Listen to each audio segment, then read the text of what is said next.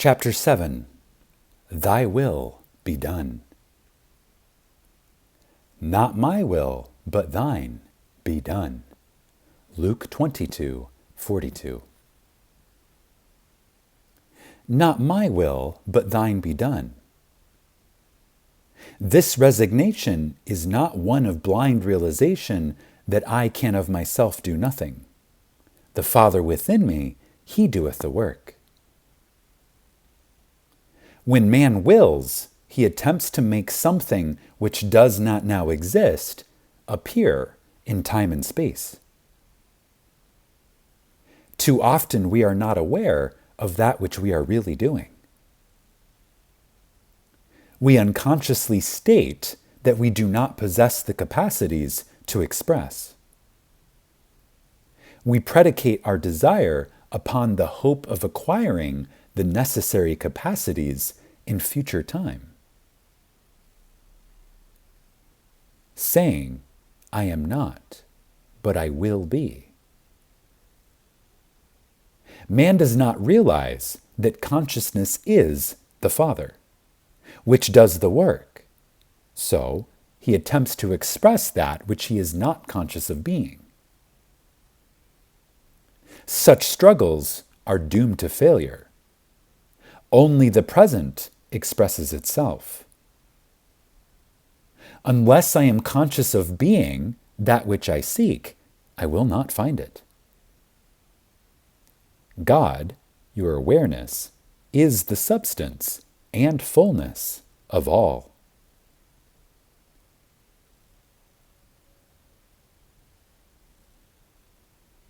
God's will is the recognition of that which is, not of that which will be. Instead of seeing this saying as, thine will be done, see it as, thy will is done. The works are finished.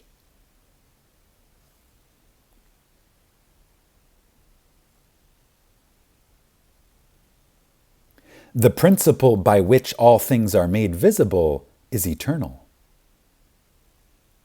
Eyes have not seen, nor ears heard, neither hath it entered into the hearts of men, the things which God hath prepared for those who love the law. When a sculptor looks at a formless piece of marble, he sees, buried within its formless mass, his finished piece of art. The sculptor, instead of making his masterpiece, merely reveals it by removing that part of the marble which hides his conception. The same applies to you. In your formless awareness lies buried all that you will ever conceive yourself to be. The recognition of this truth will transform you from an unskilled laborer who tries to make it so to a great artist who recognizes it to be so.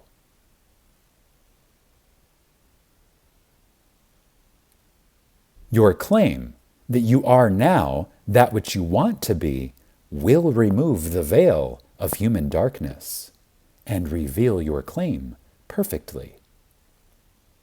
I am that. God's will was expressed in the words of the widow. It is well. Man's will would have been, it will be well. To state, I shall be well, is to say, I am ill. God, the eternal now, is not mocked by words or vain repetition. God continually personifies that which is. Thus, the resignation of Jesus, who made himself equal with God, was turning from the recognition of lack, which the future indicates with, I shall be, to the recognition of supply by claiming, I am that. It is done. Thank you, Father.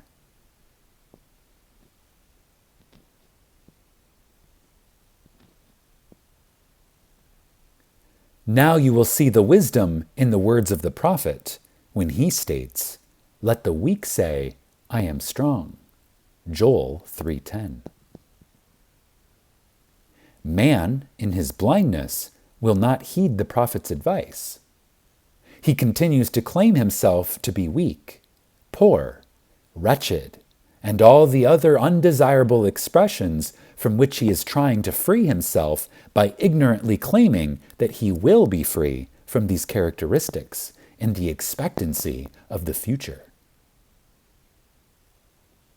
Such thoughts thwart the one law that can ever free him.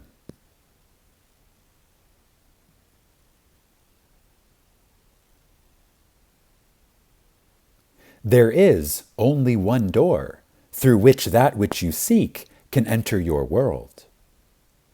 I am the door. When you say, I am, you are declaring yourself to be first person, present tense. There is no future. To know that I am is to be conscious of being. Consciousness is the only door. Unless you are conscious of being that which you seek in vain.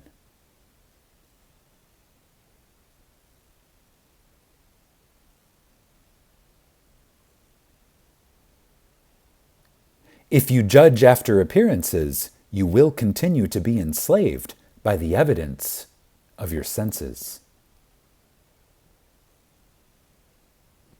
Again, if you judge after appearances, you will continue to be enslaved by the evidence of your senses.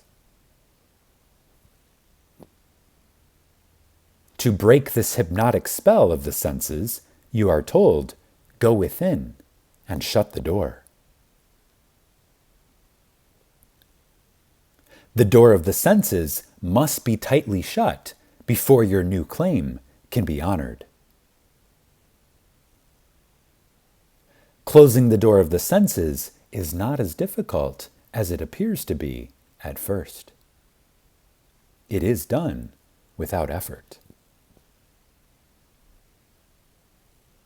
It is impossible to serve two masters at the same time.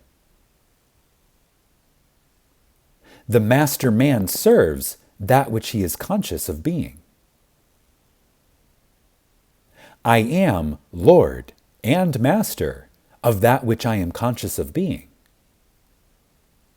It is no effort for me to conjure poverty if I am conscious of being poor. My servant, poverty, is compelled to follow me, conscious of poverty, as long as I am, the Lord, conscious of being poor.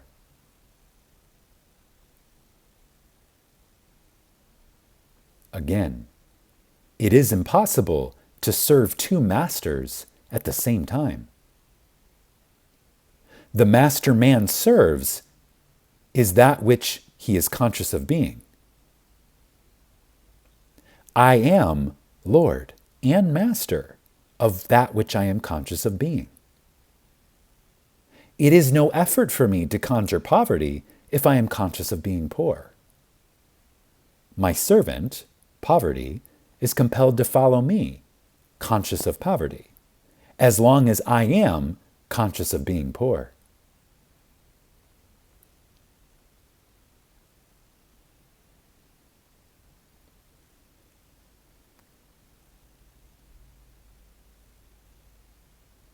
Instead of fighting against the evidence of the senses, you claim yourself to be that which you desire to be. Again, instead of fighting against the evidence of the senses, you claim yourself to be that which you desire to be. As your attention is placed on this claim, the doors of the senses automatically close against your former master, that which you were conscious of being. As you become lost in the feeling of being, that which you are now claiming to be true of yourself, the doors of the senses once more open, revealing your world to be the perfect expression of that which you are conscious of being.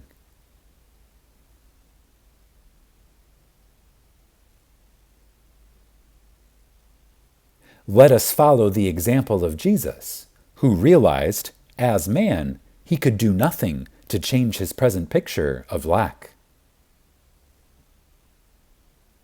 He closed the door of his senses against his problem and went to his Father, the one to whom all things are possible.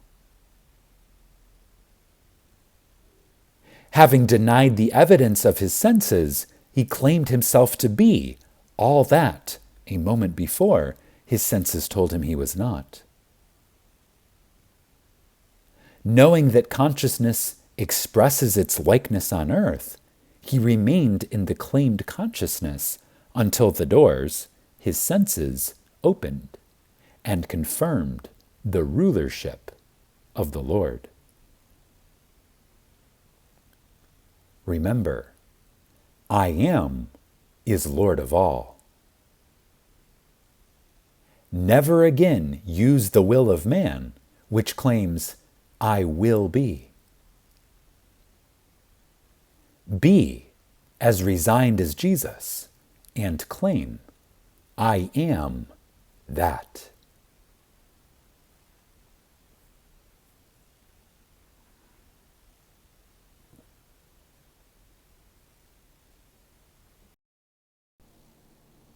Subscribe to this channel so that you will receive notifications on your device when new Neville Goddard content is posted.